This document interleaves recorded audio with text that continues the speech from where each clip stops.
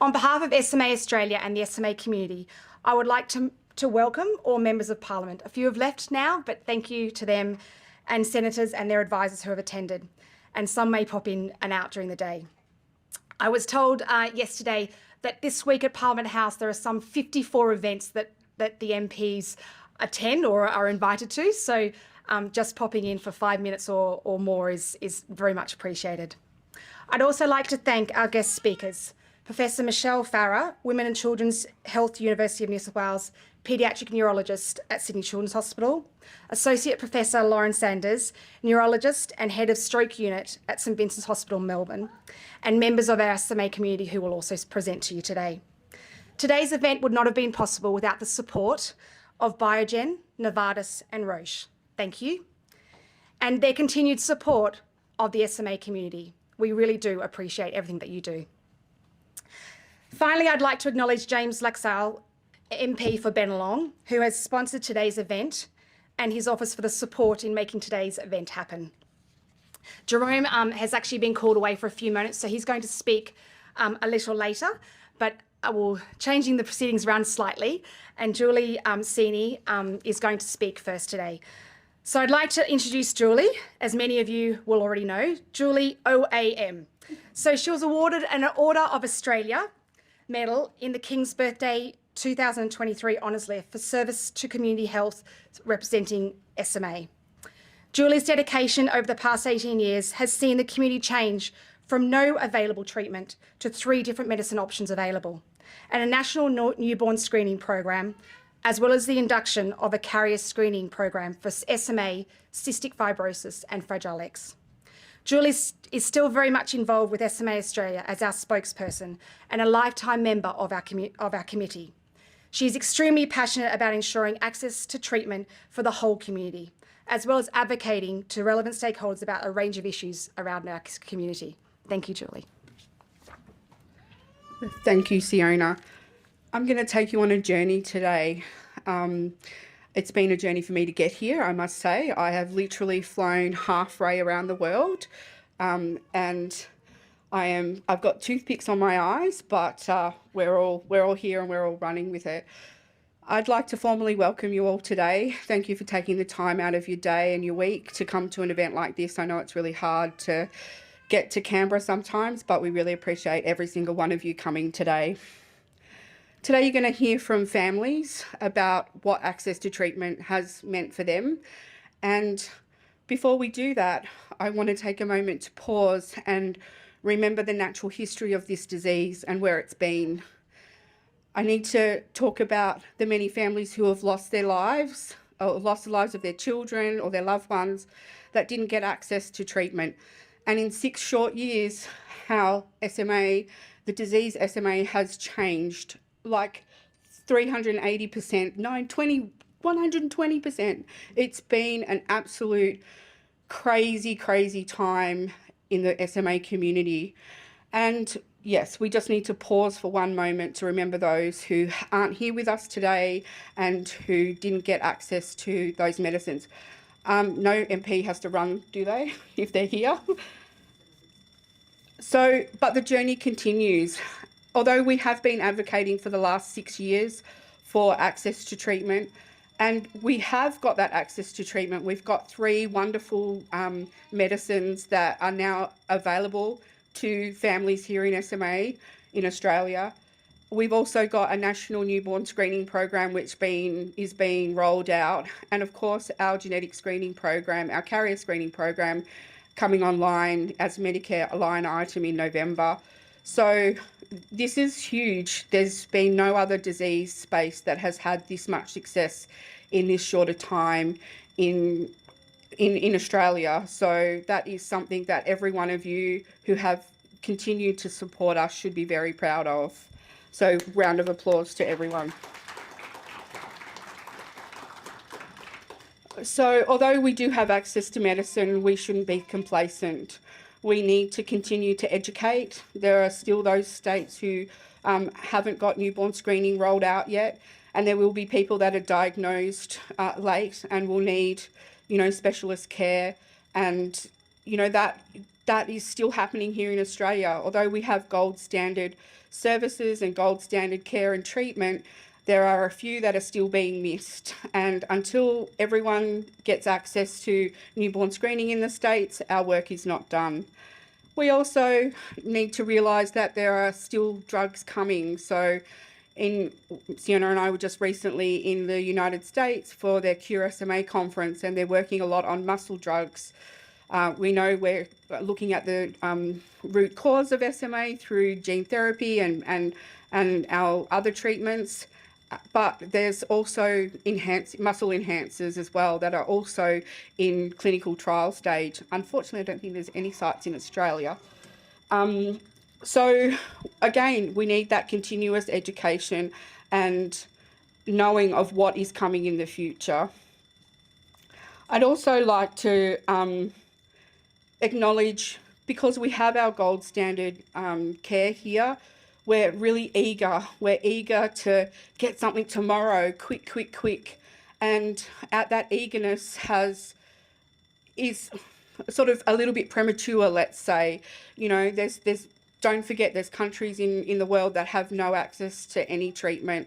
So although we do have that gold standard, we also need to be a little patient with what is coming and what we are able to receive. And that is perhaps, people wanting double therapies or access to 2 medicines, that type of thing. So I understand that our eagerness is there, but we also need to be patient as well. Like I said, today you're going to hear from a couple of amazing people that are living with a condition. These people have all received one of each of the treatments, so you will get to see what their lives are like now and how treatment has changed their lives. But the final word from me is that I am very lucky to be involved in this community, and I unfortunately lost both my children to SMA, but I'm super glad that I've had the opportunity to remember them in this way. And, I'm glad to say that when I see them again, I can get to tell them I fixed it. So not only if I couldn't fix it for them, I got to fix it for everyone else. And you guys are living testament to that being fixed. So thank you so much for having me, and enjoy your day. So thank you for inviting me and giving me this opportunity to talk today. I'd like to increase disease awareness, but also I think there's always more questions than answers, and we wouldn't be doing our jobs if we didn't ask what more we could do to continue to improve the care and the outcomes for the SMA community. And so that's what I'm here to do today, to advocate for that. And I think it's through an enormous collaboration, which I value, thank you, that we've been able to transform the care for children and adults with SMA. It's been unbelievable. And thank you all for being the champions of SMA and for what we've achieved so far. So 6 years ago, there was no treatment for SMA, and it was the leading genetic cause of infant death. And today, there's now 3 effective disease-modifying therapies.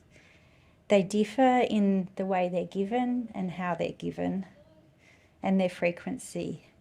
But each is critical and has a role in individualising the treatment for spinal muscular atrophy. And thank you for the drug companies for their support in funding the research and bringing it to this point. So the changing treatment paradigm is unbelievable. What we have done is we've shifted in a few short years to thinking about SMA as a progressive disease. We're now not just saying children who survive or patients who survive. We're now saying children who thrive.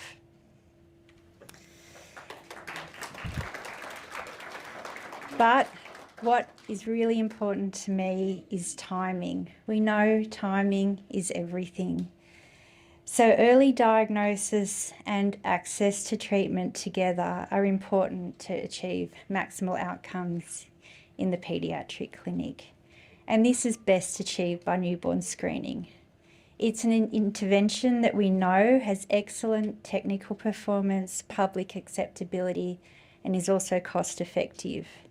And we all look forward to national implementation so that we have a consistent approach for all Australians with SMA, where we're working together to support access to therapies for all children diagnosed by newborn screening. It breaks my heart. Ongoing care and support is essential. We need to continue to promote disease awareness and education and be providing care and support based on what families need, so SMA is not solved. The fundamental disease mechanism is the same in adults, and this can be targeted regardless of whether you're a child or an adult.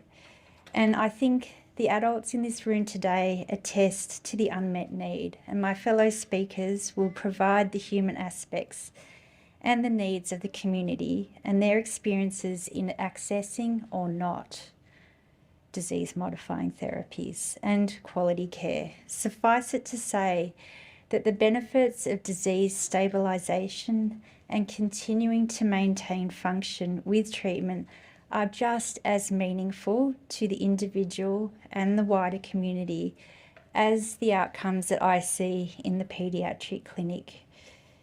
This is especially so when we consider the alternative, a process that is underpinned by progressive and irreversible deterioration over time, and that's independent of age without treatment. So new generation SMA brings more questions, and we're asking these to pursue best outcome and also to circumvent low value care. So research and data are critical to answer some of the questions posed to further optimise treatments for all people affected by SMA. And that's a shout out to the registry and ongoing research. Our ultimate aim as a community is therefore to really provide the ultimate goal of modern medicine, an approach that's personalised, catering directly to the individual and the family that are affected by SMA. And with the commitment and collaboration of the SMA community, I believe we are doing this. Thank you. I'd like to now introduce Laura Sobbles. Laura is mum to John Jr. John Jr. is 18 months old and was born with SMA type 1, as detected by the newborn screening program. Thanks, Laura. Good morning. Thank you for having me here today. And it's lovely to see some familiar faces here, and particularly people who have supported our family through some thick and thin. It's really lovely to see you. As Fiona said, my name is Laura. In February last year, I gave birth to my son, John. When he was just 7 days old, he was diagnosed with SMA.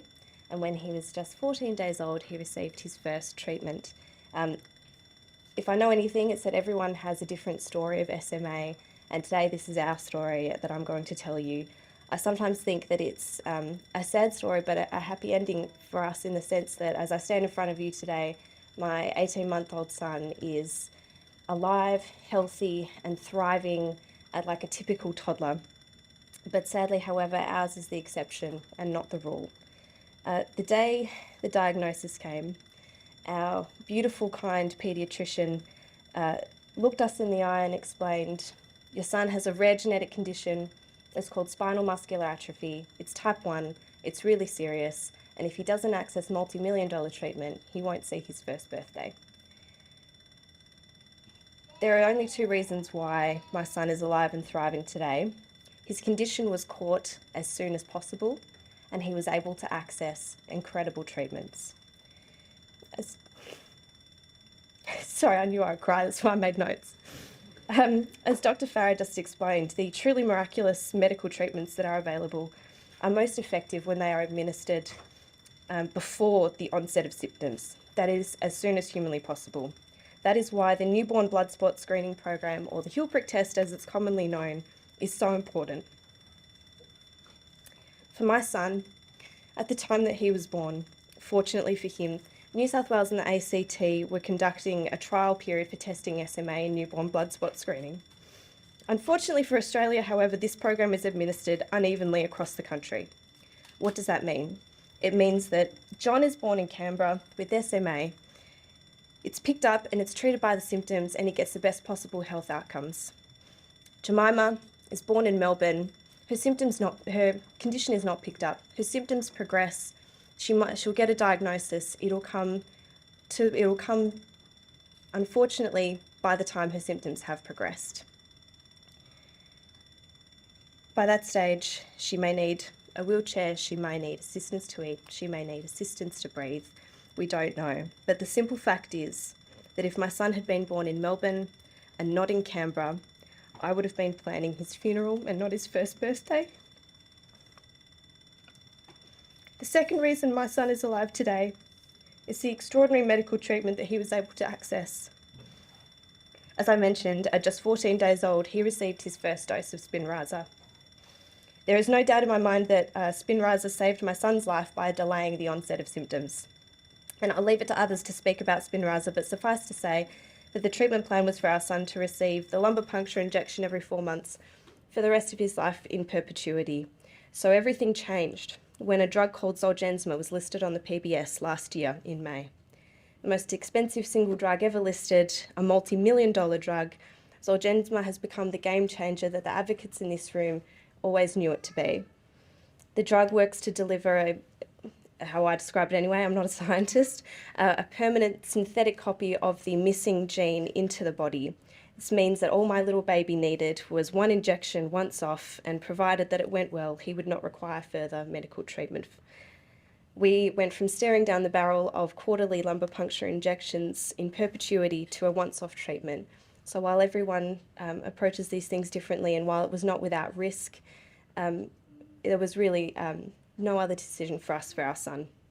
And so if I can leave you with two things to take away today, it is detection and access.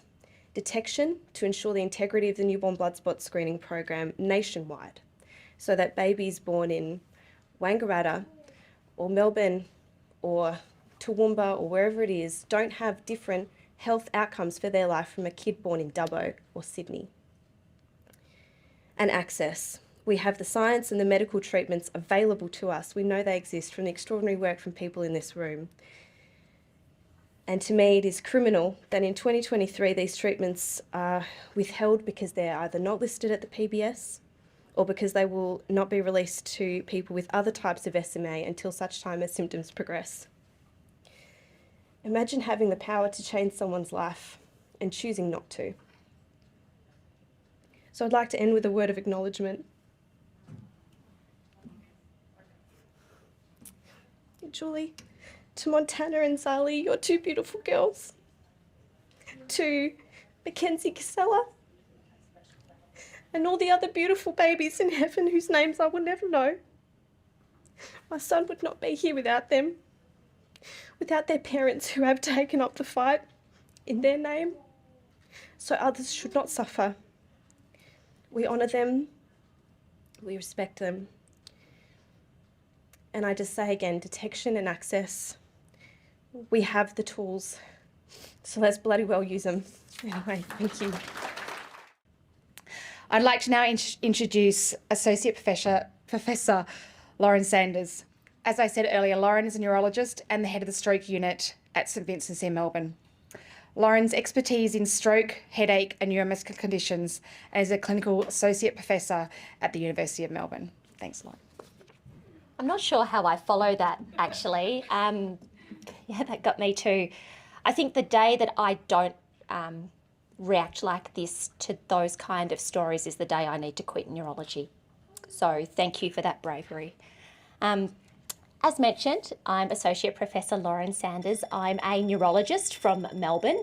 I live and work on the lands of the Wurundjeri people of the Kulin Nations, and I'd also like to acknowledge the traditional custodians of the land where I'm a guest today. I pay respects to elders past, present and emerging, and to any First Nations people in the room today. I am a strong supporter of the Indigenous voice to Parliament.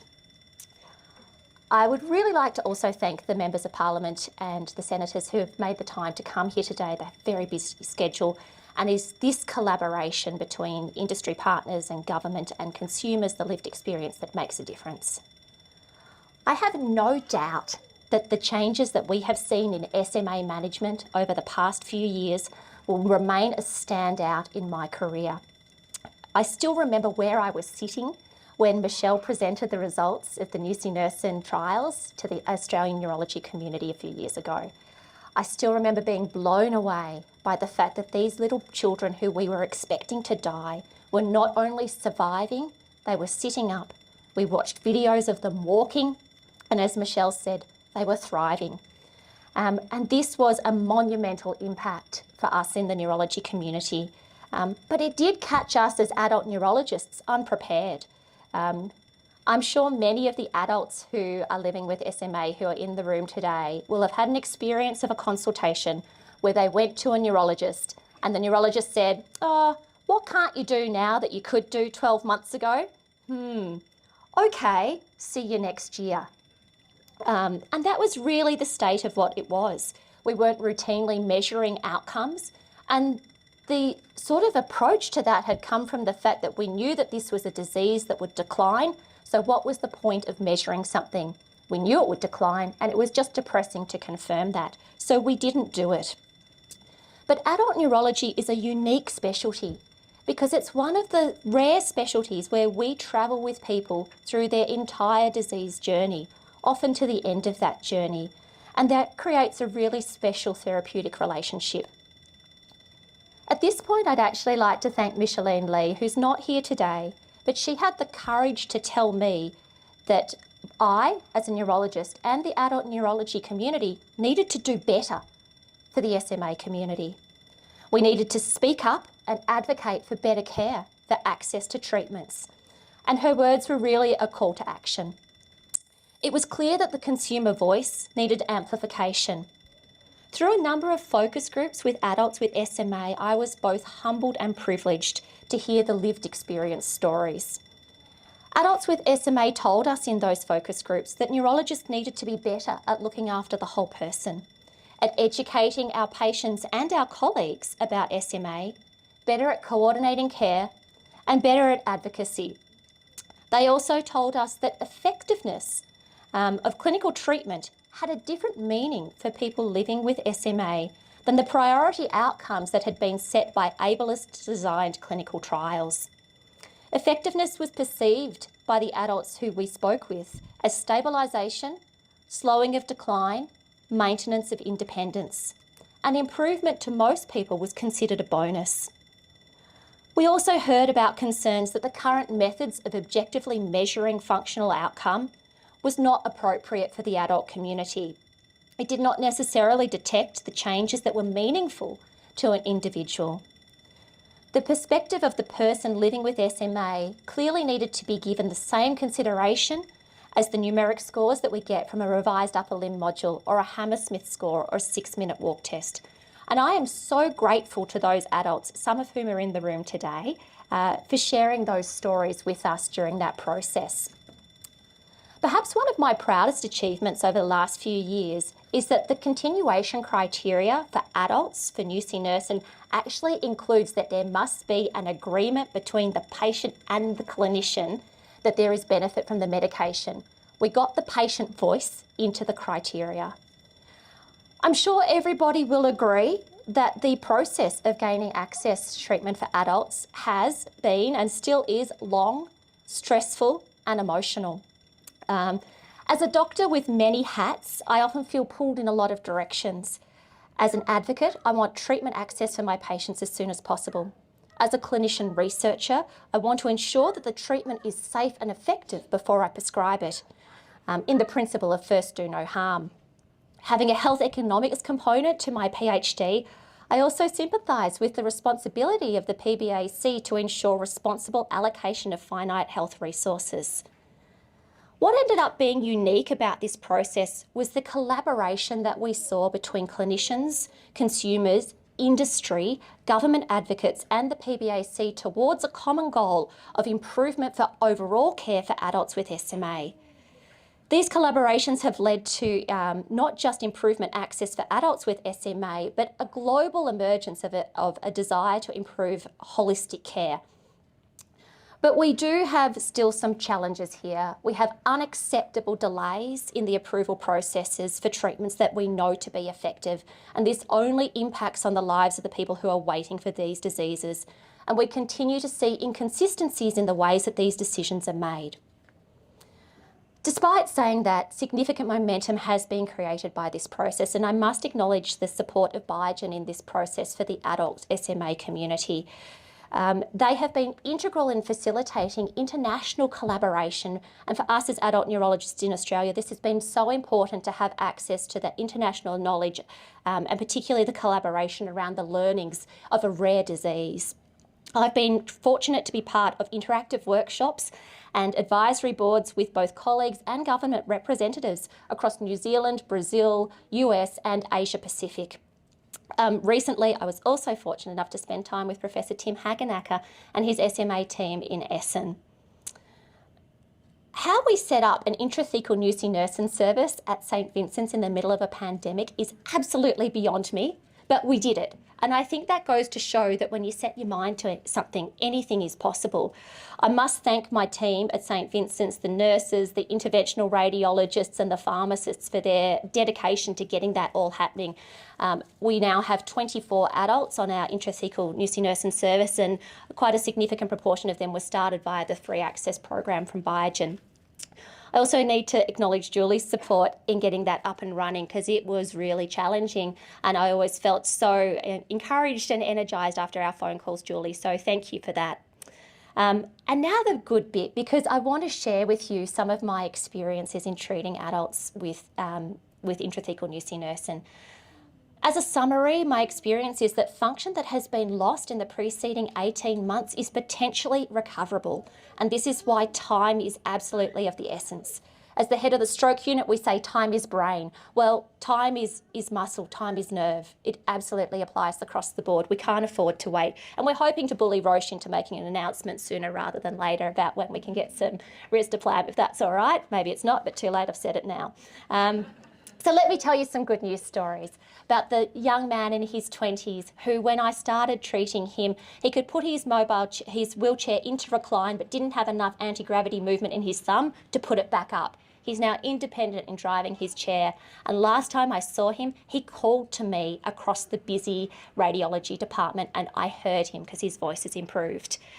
Another patient in her 70s can now roll over more easily in bed. This significantly improves her personal care. Another young man had put away his Lego bricks, which was one of his key hobbies that he loved. He hadn't done Lego for 2 years, and now he can build and create again. He can also participate in meal preparation with his family at the end of the day. One of my patients can now climb stairs again. She recently flew interstate and gave a lecture standing at a podium for 40 minutes. This would have been unheard of pre-treatment. One of my patients is a medical student. She can now cannulate, which means she's got the technical skill and the fine motor control to control the cannula. And one of my favourites, a patient actually sent me a photo of her and her family at the top of a volcano because she had managed to climb up what would have been the equivalent of 16 stories. I just want to share with you a letter that one of my patients sent me. Dear Professor Sanders, you might find it strange that I'm sending you this card, but let me explain. My favourite hobby is to make cards. The top half of the card I stenciled prior to commencing nusinersen treatment in August 2022. For one reason or another, probably fatigue, I didn't complete the lower half of the stenciling until this year, post-treatment. When I removed the stencil template, I could not believe my eyes and how much heavier the ink application was, how much more vibrant the colour. I did not stage this, it was purely accidental. I just wanted you to see the results that I am experiencing. Life is certainly more colourful now. And I wish I had the card here, but it's a bit small to show. But life is not colourful yet for everybody. Although the cohort of adults who are being treated now will be the last adults to receive a diagnosis of SMA, followed by the words, "and there's nothing we can do," there is still a lot more work to be done. There is still inequitable access to specialist care across Australia. There is inequitable access to treatments, and some adults are still untreated. There is significant inaccess to multidisciplinary clinics. They essentially don't exist in the adult landscape. And beyond the hospital walls, there are still significant obstacles from an ableist society. The stage. This is not designed for the SMA community. So we have a lot to do. And where from here?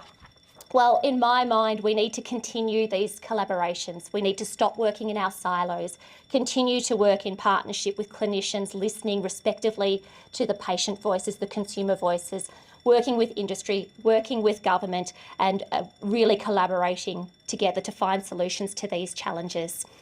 I never thought that I would see such effective treatment in my lifetime, but I have, so who knows what's around the corner. Thank you. I'd now like to introduce two. Firstly, Juanita Vernon, who is part of our adult SMA community, to give their personal experience of how they are thriving. So Juanita is mum to two girls, two beautiful daughters, one who's here today. Juanita was able to walk and live reasonably independently for much of her life until a few years ago when the progression became more rapid. Juanita has SMA type 2. Type 3. 3. Sorry, 3. Sorry. Thank you. Sorry.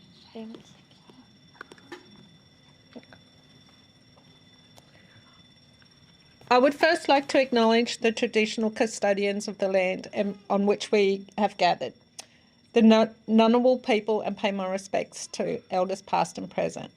It's an honour to be here today and represent the SMA community. Oh, I'm so sorry. I have more tissue. Okay.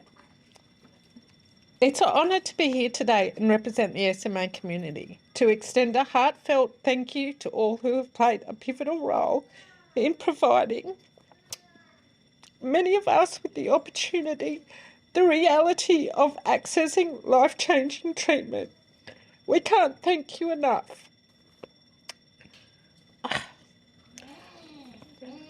Looking back to when I first heard the rumblings of treatment for SMA, around 6 years ago, I could never have imagined the roller coaster ride I was about to embark on, nor the elation of the final destination. From the big pharmaceutical companies, for me, Biogen, your commitment to developing a treatment for SMA kick-started a life-changing journey, and for this I am truly grateful. To SMA Australia and the amazing Julie Sini. Julie not only welcomed and introduced me to a community that I never knew existed, Julie fought hard for me and others for SMA. I'm at a loss to find adequate words to express my appreciation, but again, I will be eternally grateful to Julie and her two beautiful daughters, Matana and Zali Rose. To all the medical, advocacy and advisory bodies, including my own neurologist, Professor Neil Spratt, thank you for your tenacity and drive. And finally, but in no means least, the Australian government, who made access to treatment possible. Thank you. My journey to treatment began in my late 40s and was initially met with disbelief. Diagnosed in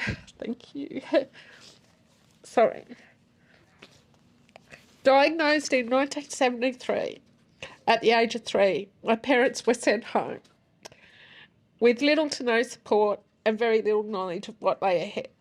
At around the age of 8, we were featured in the Newcastle Morning Herald. I have clippings of my father's plight to see physiotherapy continue, which I received from inmates at the then Cessnock Women's Corrective Centre. As a mother, I can only imagine the desperation that my parents must have felt to allow inmates to come into our home on a weekly basis. This at the time being their only option in providing any form of treatment. Acknowledging that although there may be many similarities, my journey is my journey and may differ greatly from others living with SMA. Our journeys are individual as the person you may be sitting next to today. Challenges of struggles are my everyday. But when you have no other option, you just get on with it. An example of this was when my daughter asked me to be with her during the birth of my granddaughter. I had no other option but to travel at 4:30 in the dark in the middle of winter, approximately 2 kilometres, to be by her side. However, for me personally, living with SMA at times has been extremely isolating, and not only physically but mentally and emotionally draining. As I rapidly progressed in my 40s, the reality was more overwhelming than I could ever have imagined. I could never envisaged the effects of cumulative grief as I experienced continual functional loss, the effect of constantly being aware of my weakness as I struggled to do the simplest of tasks. My independence was beginning to be compromised. But on the 17th of June, 2021, that all changed.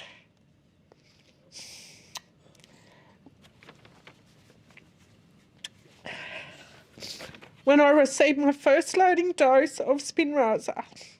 How do I remember this day so vividly?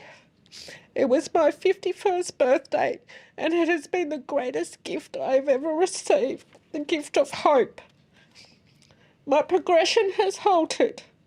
With some slight gains, I am now back to using a knife and fork, enabling me to enjoy a meal out, washing my own hair once again, catching public transport.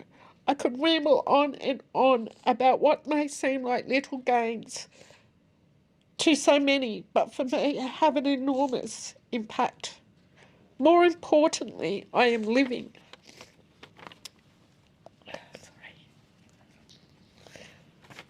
Since starting treatment, I have a newfound confidence. Well, you wouldn't believe that right now, but I do. I have a newfound confidence which sees me volunteer my time with What Were You Wearing Australia, giving a voice to others with disability in a space we are frequently overlooked. So now you may find me heading up a rally, believe it or not, holding panel discussions during Disability Pride, and worthy of mention, soon to be rolling on a catwalk at an upcoming event. Finally, I would like to share with all honesty that I had resigned myself to a life of sitting on the sideline, but not anymore. So to all involved and to the Australian government, once again, thank you. Thank you in restoring my hope and literally giving me strength.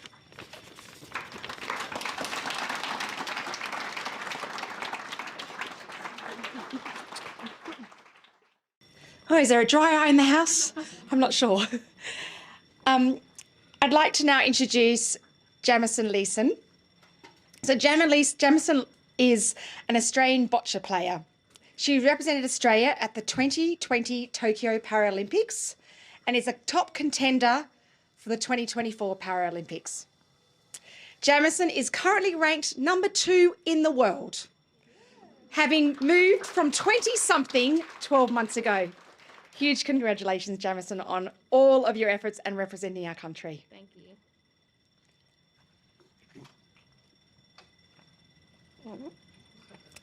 Hello, everyone. I would just like to say thank you to SMA Australia for organising this event and Parliament House. This is such a great day, and it's so exciting to finally meet everyone. I don't know many people here, but I can't wait to say hello to everyone, and it's such a great day for such a special event. So for everyone that doesn't know me, my name's Jamison Leeson. I'm 20 years old, and have SMA type 2. I was diagnosed at 18 months. I had symptoms from birth, but at 18 months old, I finally got a diagnosis when I wasn't crawling, rolling over, sitting up, and eventually walking. So from the age of 5, I have been in an electric wheelchair, which has given me so many opportunities that I haven't been able to have before that. Thankfully, that got funded, but yeah, it's been such a tough experience, especially for me, growing up in a small country town in central west New South Wales, having a disability made there quite a few obstacles for me to overcome, but I think I did it pretty well. And growing up and not having access to things that my peers were able to do, and having to, like Juanita said, sit on the sideline for majority of my life and not knowing what the future held for me, was really challenging. So a bit about me. I have not let SMA impact my life as much as I can, and have taken every single opportunity that I could. So a few things for me, like Siona said, I have been playing bocce for the past 5 years, competing for Australia. I also was one of the first people in Australia to do cattle parading in a wheelchair. And I also now am studying my dream course at the University of New South Wales, studying economics. So yeah, I kind of, even though SMA is a part of me, I have been very determined in my life to not let that take hold. So luckily for me, I have had access to treatments for the past 4 years, beginning in 2019. And I have been lucky enough to receive risdiplam for the past 2.5 years. So before treatment for me, particularly growing up, I was in and out of hospital multiple times a year for different surgeries, appointments, a lot of illnesses as well. A lot of years spending Christmas and birthdays in hospital, which was quite challenging, and missing out on a lot of fun times with my friends and peers. I also felt a lot of weakness during this time, and it was quite challenging for me, falling behind continuously and seeing everyone else around me keep on developing, and being stuck on the sideline a lot of the time. Thankfully, now I've been forever grateful to have the opportunity to have access to 2 treatments and being on risdiplam now. It's just such an honour to have access to that, and it's given me so many more opportunities. And for example, I don't need any more respiratory assistance overnight. So before, I would have to take medical equipment with me in order to survive overnight. And now I'm not in need of that. I also haven't had a hospitalisation for a chest infection for the past 5 years. So there's been such incredible, increasing in my capacities from this treatment, and I will be forever grateful for that. I also has had a lot of benefits since starting the risdiplam. It has been a really special treatment for me and really beneficial for me, particularly with me travelling a lot and having a busy schedule.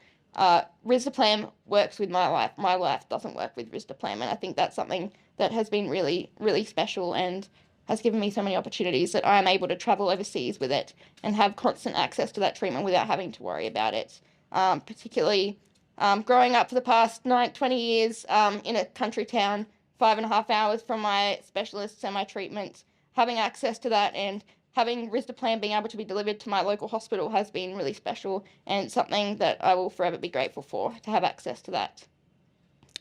So I would just like to say that, it's been such a special time having access to these treatments over the past 5 years, and for me, finishing high school and beginning 5 years ago when I was in year 11 at school and had not knowing what the future held for me, just prior to starting treatments, finishing school, and prior to starting my bocce, I felt quite lost and not sure of what to do with my life. And I think starting this treatment really gave me that confidence to take hold of my life and take control and take every opportunity as it comes. And I think it's really given me that confidence and given me the ability to know that I have a positive future ahead of me. And, if I didn't have access to these treatments, I think I would be sitting at home quite upset and, not being able to go to university at times because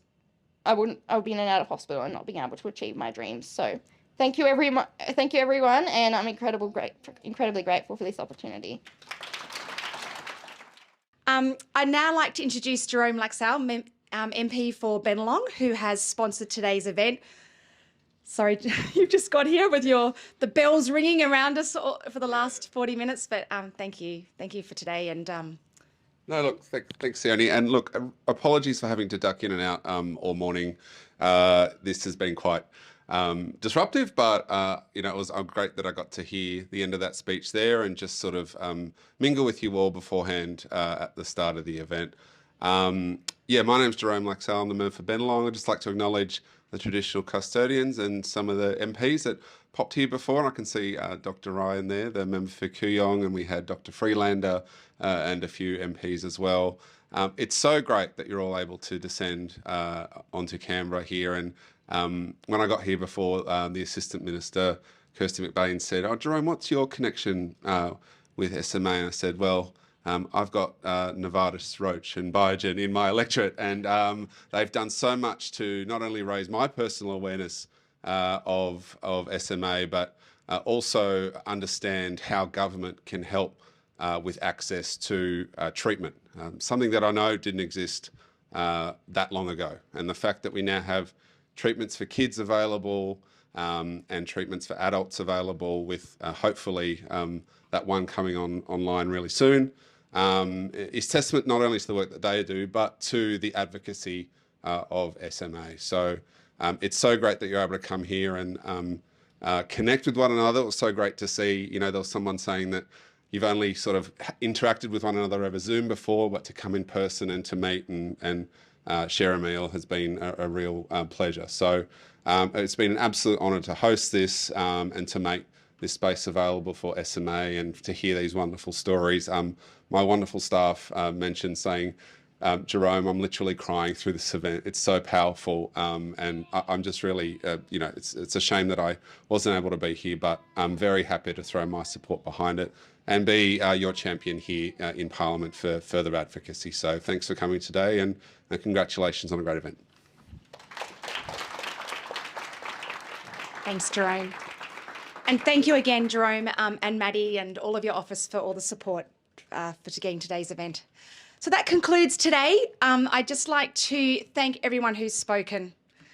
Extremely powerful. And thank you to Michelle, Lauren, Juanita, Laura, at the back now, and Jamison. Your stories, your messages are really, really important to all of us.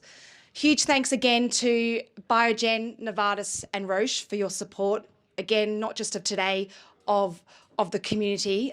You heard some stories of the access that people have had today to treatment and how important getting that access as timely as possible is. So thank you also for all of you that have attended today. There's been some, flying in very early, driving very early from this morning. So we really do appreciate you joining us. Without all of your support, these events wouldn't happen. This is our third parliamentary event, but not only this event, but all the work that Julie, myself, Katie and Catherine, so there's 4 of the 5 of us from the committee here today. We're all volunteers, so sometimes we're a little bit slow with responding, but thank you for everything that you all do for our community. It really is appreciated.